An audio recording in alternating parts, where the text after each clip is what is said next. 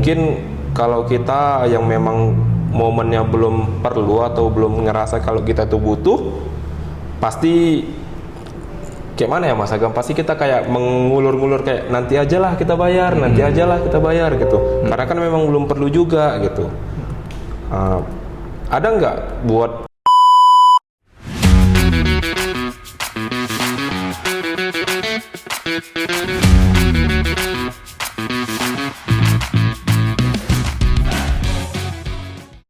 nih Mas Dwi, jadi agar kita lebih sayang dengan keluarga kita, dipastikanlah status kepesertaan BPJS kita selalu aktif dan selalu membayar iuran sebelum tanggal 10 tepatnya. Dan ketika ada penambahan pengurangan anggota keluarga selalu dilaporkan ke BPJS Kesehatan. Dan untuk pelaporannya khusus untuk bayi yang baru lahir tadi jangan lewat 28 hari setelah kelahiran, karena kalau lebih dari 28 hari akan dikenakan sanksi denda layanan tadi di rumah sakit. Gitu kira-kira Mas Dwi. Oh, sangat saran yang sangat yang memang perlu diperhatikan juga ya Mas Agam, karena memang kita bilang lah ya Mas Agam, sakit ini kan nggak selalu bisa kita duga gitu Mas Agam. Betul. Ada memang yang momennya kayak hari ini kita sehat aja, tiba-tiba sore kita udah kayak lemas, lunglai, sakit. Jadi memang saran Mas Agam itu sangat diperlukan. Jadi kita tetap harus menjaga keaktifan kepesertaan. Ditambah lagi nih Mas Agam, kan belakangan ini cuaca memang lagi kurang bersahabat ini Mas Agam. Gitu. Karena kan kalau saya memperkirakannya gini, anak bayi baru lahir itu lebih rentan terkena penyakit karena memang kondisi ketahanan tubuhnya pasti tidak seperti orang dewasa pada umumnya Mas Agam. Jadi ada nggak saran tips lain terhadap pasutri baru ini untuk menjaga kesehatan bayinya Mas Agam? Jadi yang pertama tadi ya kita harus pastikan BPJS-nya udah terdaftar, dan dipastikan lagi ketika nanti udah terdaftar JKN misalnya baru terdaftar dari rumah sakit tadi nih, kan didaftarkan belum ada namanya, itu biasanya dari rumah sakit mendaftarkan bayi nyonya ibunya misalnya Fulanah gitu kan. Jadi ketika si bayi ini udah terdaftar sebagai peserta BPJS Kesehatan, pasutri baru khususnya ya, ini harus memastikan untuk nama dan nik anaknya terdaftar di Dukcapil gitu, dimasukkan ke dalam KK anaknya, agar status kepesertaan anaknya tidak gantung.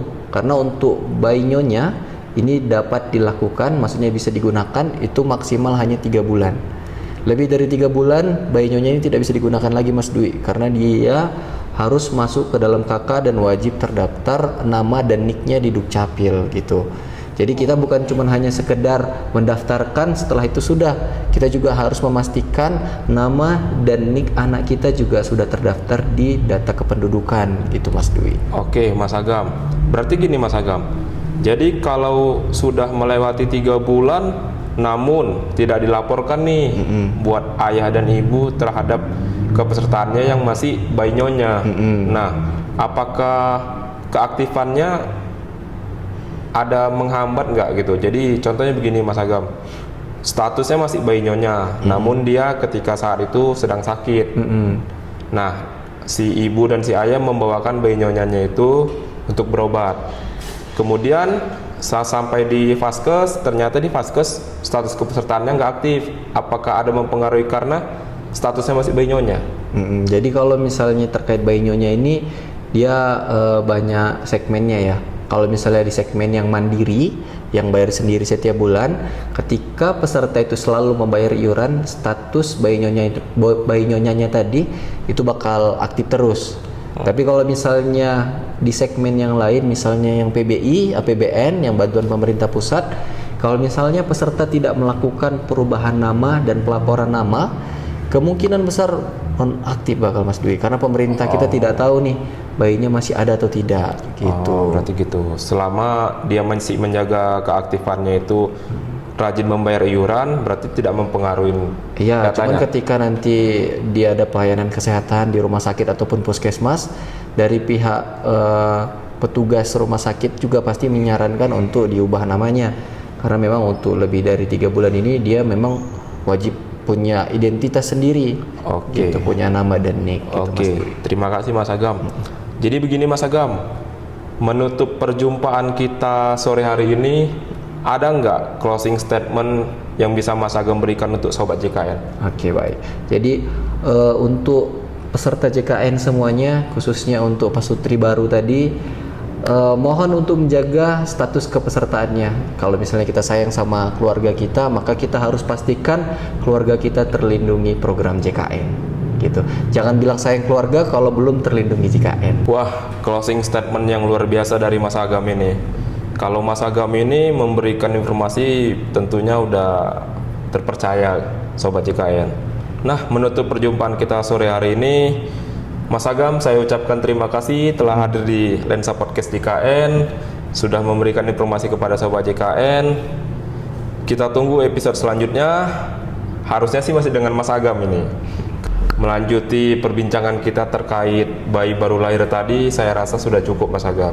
Nah, jadi begini Mas Agam, untuk saya pernah dengar ini Mas Agam, satu slogan, satu aplikasi urus BPJS Kesehatan jadi makin easy. Nah, katanya ada satu aplikasi nih Mas Agam yang bisa urus administrasi BPJS Kesehatan jadi makin mudah tanpa perlu ke kantor. Masa sih Mas Agam? Ya Mas Dwi, betul. Jadi untuk informasinya itu tadi benar ya, valid. Jadi kita memiliki aplikasi Sakti.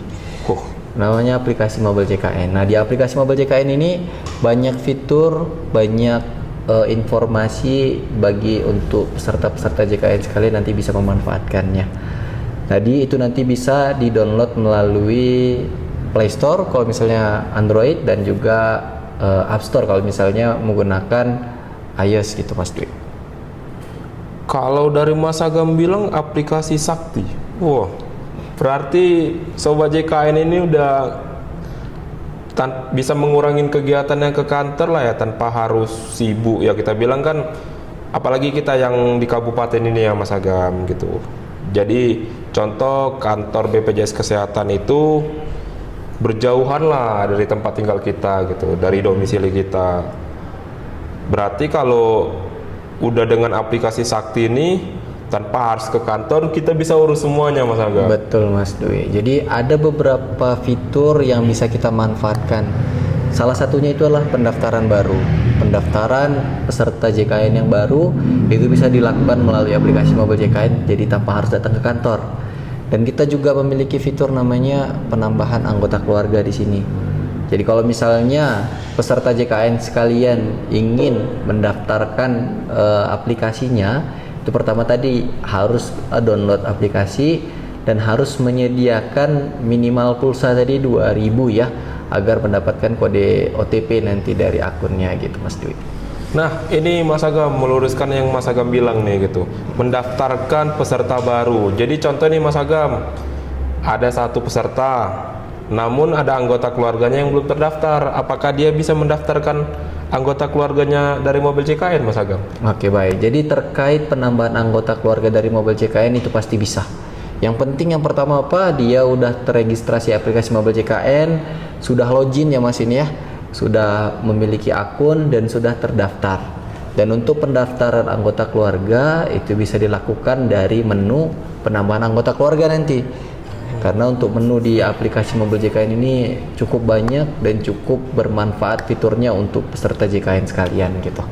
Oh, berarti mendaftarkannya itu dari aplikasi dia sendiri ya Mas Agam. Betul. Bukan kayak contoh kita menambahkan lah ya, menambahkan contoh saya udah terdaftar nih Mas Agam, tapi saya punya teman yang nggak terdaftar gitu. Nah, jadi teman saya ini saya daftarkan dari aplikasi saya. Apa bisa Mas Agam? Oke, baik. Jadi untuk penambahan anggota keluarga ini khusus untuk peserta yang mandiri. Mandiri itu yang bayar sendiri setiap bulannya, atau istilahnya itu PBPU, pekerja bukan penerima upah. Dan untuk pendaftarannya tadi itu yang terdaftar satu kakak. Jadi kita tidak bisa menambahkan orang lain di luar kartu keluarga kita. Jadi kalau misalnya ada orang lain nih di kartu keluarga yang lain ingin mendaftar, maka dia bisa mendaftarkan melalui akun dia sendiri. Jadi silakan registrasi akun baru dan mendaftarkan dia sendiri. Jadi kita tidak bisa mendaftarkan orang lain di akun kita itu Mas Dwi. Oh, Tadi saya kira bisa nih Mas Agam. Contoh kan saya mau mendaftarkan ini satu daerah rumah saya lah gitu kan, masih belum terdaftar gitu. Nah, saya sebagai pelopornya lah di situ untuk mendaftarkan. Ayo yang mau daftar BPJS bisa ke saya gitu. Oh, ternyata nggak bisa ya Mas Agam ya. Belum. Mas Nah, Bobi. Jadi itu sobat JKN karena kita ini tetap harus mendaftarkannya per satu KK. Di luar dari KK kita mandiri ya mungkin harus mendaftarkannya dengan aplikasi tersendiri ya Mas Agam ya. betul.